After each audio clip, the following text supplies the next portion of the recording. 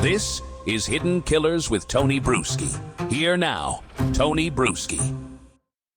If the first half of the Donna Adelson trial has showed us how badly Donna Adelson's control over her kids has cracked, the second half is going to show us why it's so hard for children of narcissistic parents to ever break free in the first place. We watched Wendy Adelson take the stand and weave her way through questions with selective memory, caretaking tones, and just enough truth to stay credible. And we watched Robert stand firmer, telling the jury flat out about his mother's manipulation. 2 kids, adults, same parent, wildly different ways of coping. And that's the story of so many families who've lived under the thumb of a narcissistic mom or dad. This isn't just about Donna anymore. It's about the ripple effects of her behavior. The kids who still crave that approval.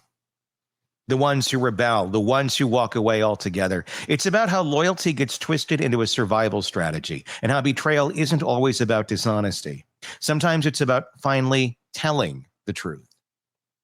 And let's not forget, this is happening on a public stage. Jurors, the media, all of us are watching a family's private dysfunction play out in the service of justice. It's heavy. And it's exactly why I wanted to dig deeper with psychotherapist and author Siobhan Scott, because these patterns don't stop at the courthouse door. They're everywhere, in families across the country. So let's take this apart. Why do siblings diverge so sharply? And how they respond to a controlling parent? Why does one child carry guilt while the other cuts ties? And most importantly, how do you ever untangle yourself from that lifelong need for approval, even when the stakes are life or death? Let's get into it. I think there's probably elements of both of that going on. And sometimes memory is very interesting. It's selective. Mm-hmm. And we all, but you're right, with trauma and stress and all that, we can sort of go into a freeze cognitively and forget things. Mm-hmm. So could be some of both. That's where it's weird because, yeah, you said she's a smart, educated woman, without a doubt.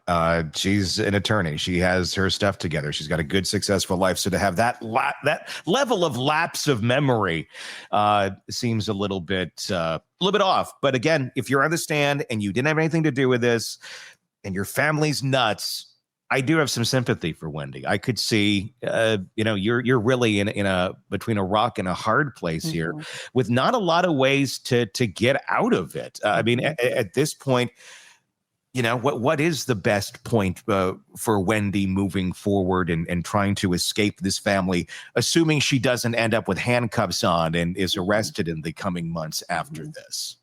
Boy, I would advise her to change her name. Yeah. That's going to be a hard name to disengage from. Mm-hmm. And if I were her, I would be doing everything I possibly could to distance from it, including changing my name. We see with a lot of enmeshed families and a lot of adult children of narcissists, even when it's recognized that that person is toxic, they are not healthy for you, there's still that inner voice, that inner desire for approval. I think that's in a lot of us. No matter what, no matter how, it doesn't matter what that approval is at the end of the day, we're still going to feel the same way, mm-hmm. even from an abusive or domineering parent. Is there still a level here, you think, in the back mind of Donna, maybe even Charlie, of not wanting to not be loyal to others, or especially loyal to mom, by saying too much? Is there a fear of losing that approval mm-hmm. deep down that still controls the narrative of what they're willing to say out loud about mom? Yeah, very much, very much. You're talking a lifetime of programming, a lifetime of needing to keep mom happy and to protect mom from her intense emotions, and feeling like as a child, your survival is dependent on having mom's approval. And so that's something I think that we all carry echoes of our parents into adult life. and sometimes that's wonderful if you have wonderful parents, and sometimes it contributes to anxiety and depression, as a lot of people in therapy. That's why we talk about what was your family like growing up, because that stuff is in there, and I think it becomes part of our brain, actually. So we're left with, how do I continue this process of becoming my own person? And the things that I got from my parent that serve me, I want to hold on to those. But there are a lot of things that I want to let go of. And that's sort of the process of therapy for folks. How much weight do you think the testimony of Robert and Wendy are going to have on the jury in this case? Obviously, testimony is very powerful. Evidence is even more. But this is not a trial where we're going to go find Donna's DNA on a gun or a knife or something like this. This is a conspiracy trial. Was she involved in conspiring to kill her son-in-law? We saw them both go back and forth with very, very powerful things. This is the one-off. This is the children of Donna herself. One's very evasive. One's very matter of fact. Both gave very damning testimony about mom's control, her reactions to situations. When the conversation came up, Donna just didn't want to talk about it, really acted as if, well, it's not my concern. We're moving on with our life. The grandbabies are here and life is good. How do you think a jury read the testimony of the two kids this round? I can say, if I were on the jury, I would be voting guilty. I mean, I thought that they did a very convincing job of showing the bigger picture and filling in the blanks. And I'll say, before, I had a pretty open mind. I thought, boy, this would be a crazy story if it goes that way. But I was pretty convinced by what they said.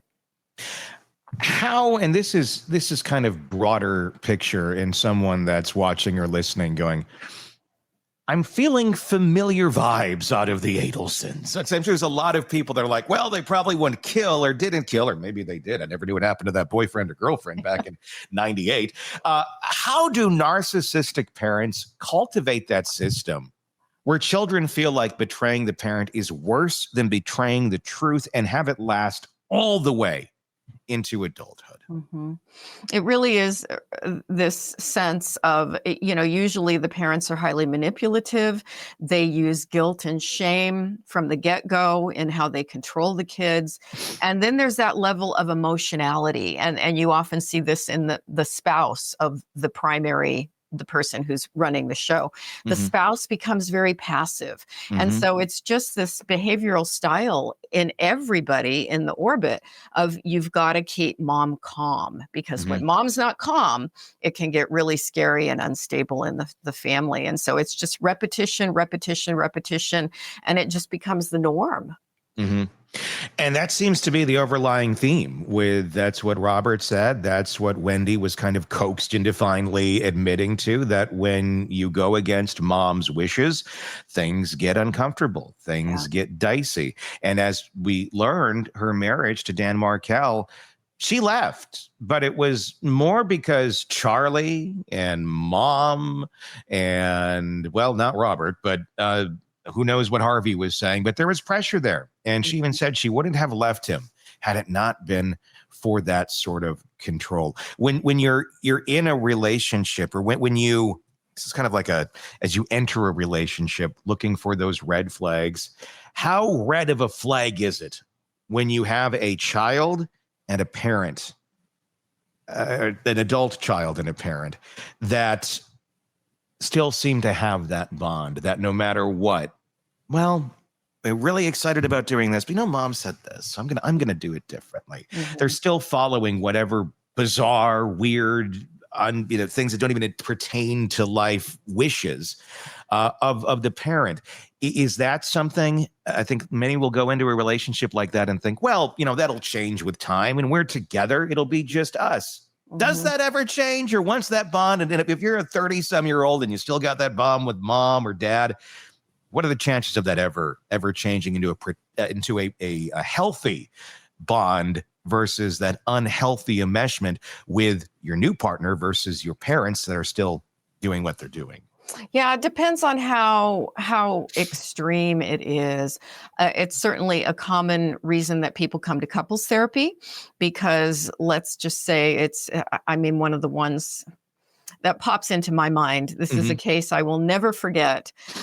Young couple, they had their first baby, and the wife was so angry because the day that she was in labor and at the hospital to give birth, the mom called and wanted the husband, mom's son, to come over and mow her lawn. And so he actually left his wife in the hospital giving birth, missed the birth of the baby, and went to mow mom's lawn. And he was not seeing that this is not normal and this is not okay. And the wife, of course, was completely upset. Yeah. I don't think they stayed together. This has been so many years back, I can't remember. But that was an extreme example of how awful this can get. But a lot of people do come into therapy, and the other pattern that I see is it really becomes an issue over holidays, that the new younger family has got to spend every holiday, every birthday with the narcissistic mom, or she has a fit. And so that causes conflict in the marriage when people want to do other things. The other way it comes up a lot is when there are grandchildren, the grandparent trying to be over involved and dictate every little thing about the kids' bedtimes, their dietary habits, and just sort of usurping the parents. And so can it get better? It can, but people generally need an outside perspective and somebody to kind of help them make sense of it. Well, and that's the biggest problem with a relationship like this between like Wendy and Donna, or Robert, or whoever in Donna, is boundaries. And even if you in your mind have those boundaries of mom's not allowed to go change my children's name, Yeah. like Donna was starting to do. But if you stood up to that, Donna, I'm sure, would flip out or be very passive aggressive and just make life a living hell. And that's where everyone's doing everything to please that narcissist until they realize their lives are miserable, and everybody's wondering why life is miserable. Well, because there's this one person in the corner that seems happy with the chip dip over there, and we're all here on another birthday when we wanted to do all these other things. That seems to be very much the world that they were living in. Does that parent, do they ever see the light? Because the children, the adult children, can not easily, but they can make those boundaries and say, nope, you know what? We're not doing Christmas together this year. We're going to go on a cruise, or we're going to do this, or we're going to do that. I know you only got this, and you're going to make me feel guilty and this or that, but they can set those boundaries. Does the parent, the narcissistic parent, do they ever come back? Do they ever say, you know what, you're right, you should go do those things for yourself? Or is this just kind of something one would have to accept for the rest of their lives of, well, this is how they are. Let's not let it affect us. Let's go enjoy our life and not be controlled by their emotions. It's a hard one to do, but that's usually the way it goes, is that the adult kids gain insight. They start to set boundaries. They start to do better. As I mentioned, they often move across the country because that's a good way to set boundaries. They just try to leave. But do the parents get insight? Generally not, when they're that extreme. And thinking of other faces now, they turn it into a victim story about how their kids aren't appreciating everything that they've done for them. And, woe is me.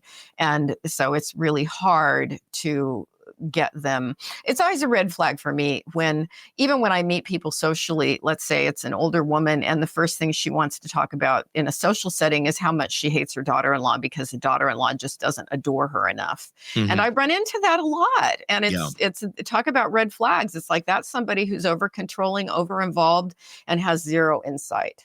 Yeah. And it doesn't seem to ever be, well, maybe if I changed my actions, they'd want to be closer to me. It's in the victim mentality, which it always has been for a narcissist, is what they go with. They just kind of redirect how it's going and who it's directed to as time goes on. Yeah, I can just picture the conversation in the grocery store. I'm going to guess, here's another thing, and tell me if I'm wrong about this. This might be a red flag too. When you have someone that you know that they have issues with mom or dad.